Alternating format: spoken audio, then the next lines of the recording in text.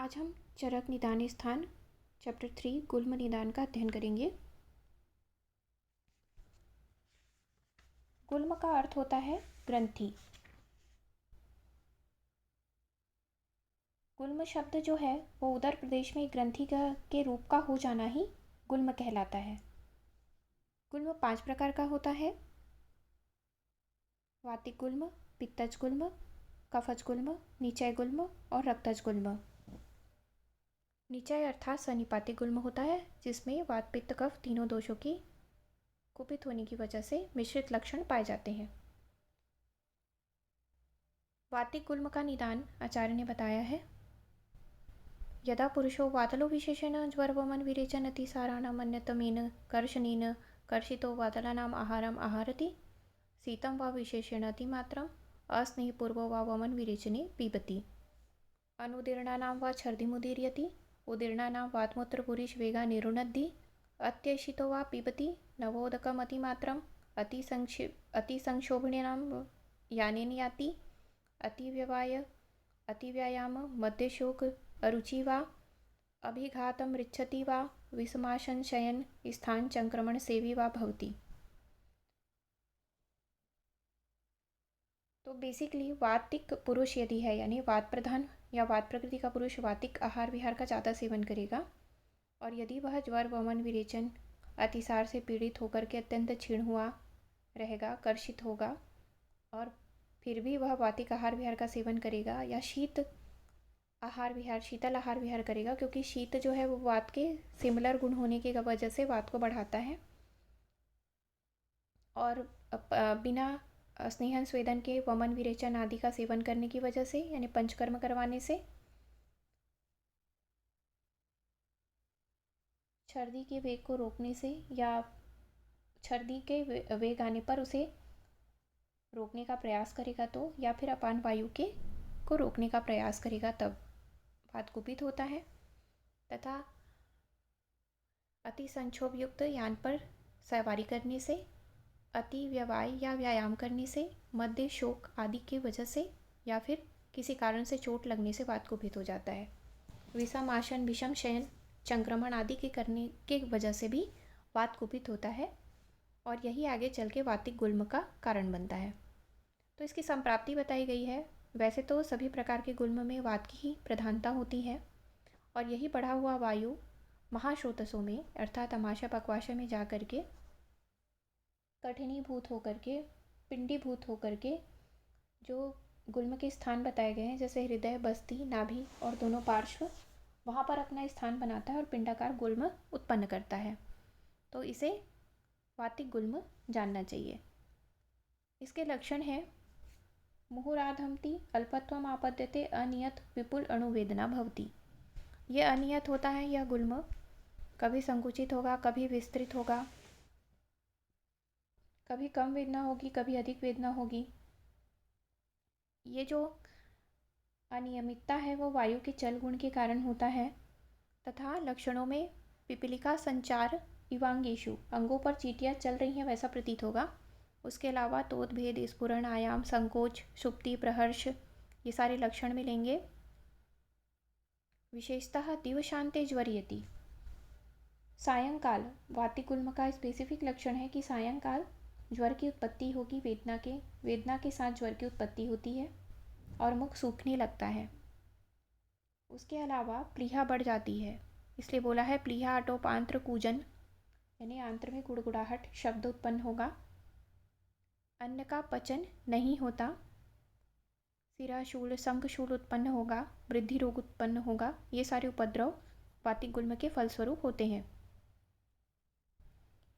तथा शरीर जो है वो कृष्ण अरुण वर्ण का हो जाएगा, अर्थात त्वचा है, नख है, नयन है, वदन है, मूत्र और मल, ये कृष्ण अरुण वर्ण का हो जाएगा।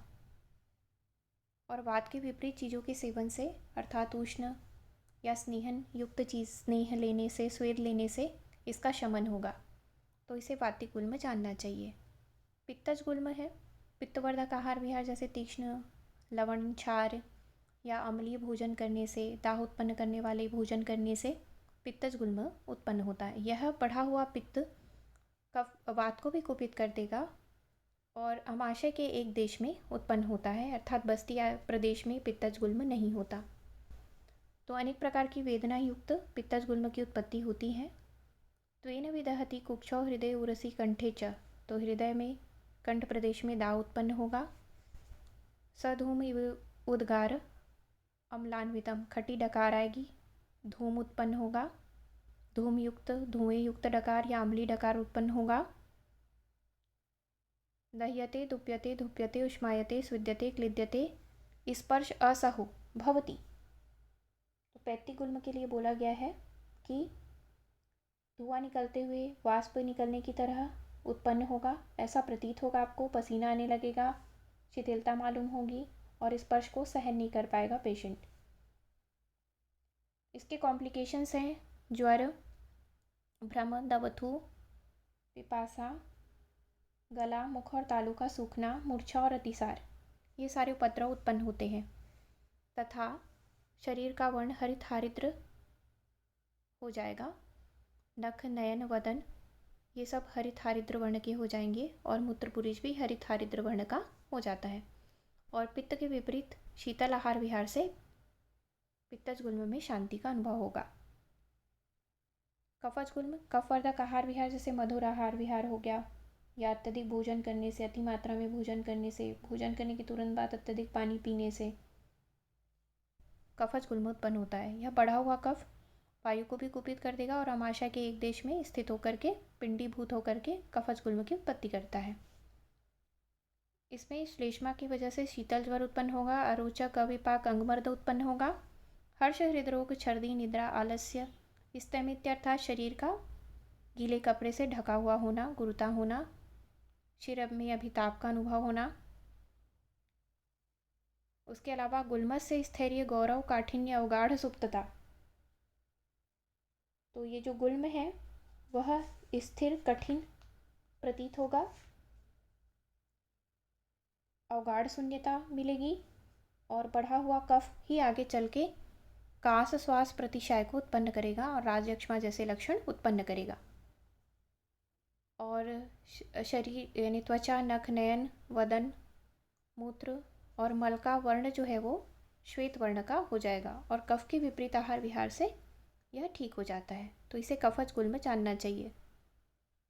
नेक्स्ट है सन्निपातज गुल्म या त्रिदोषज गुल्म।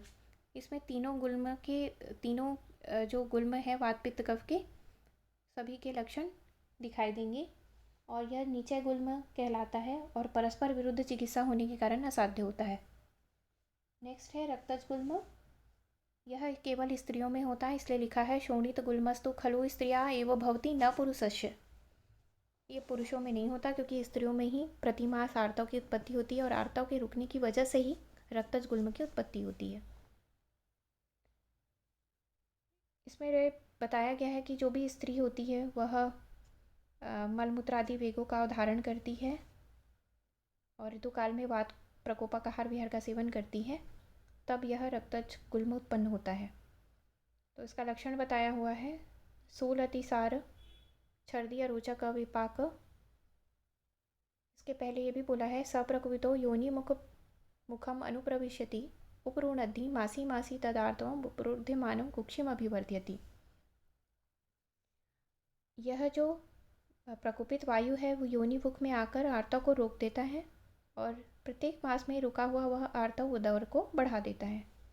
तो जैसे गर्भ बढ़ता है वैसे ही उदर भी धीरे धीरे बढ़ता रहता है। उसके अलावा इसमें शूल, कास, अतिसार, छर्दी, अरोचक, अविपाक, अंगमर्द, निद्रा, आलस्य ये सारे लक्षण मिलेंगे। जैसे गर्भिणी में लक्षण मिलता है सूल, कास, अतिसार, वमन, अरुचि, भोजन का ठीक से पाचन न होना, अंगमर्द होना, निद्रा दिखाना, आलस्य, मुख प्रसेक सलाइवेशन उत्पन्न होना, स्तनों में दूध, ओष्ठ और स्तन मंडल में कृष्णता उत्पन्न होना, नेत्र में ग्लानि उत्पन्न होना। इसलिए लिखा है स्तन मंडल योष्ठ कार्श्यम अत्यर्थ ग्लानि चक्षुषो मूर्छा हृल्लास दौहृदा।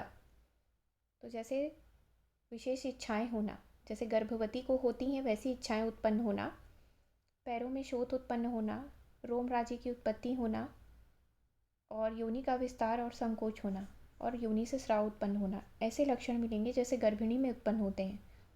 तो गर्भवती न होते हुए भी गर्भिणी स्त्री अपने आप को गर्भिणी महसूस करती है, तो इसे रक्तज गुल्म जानना चाहिए।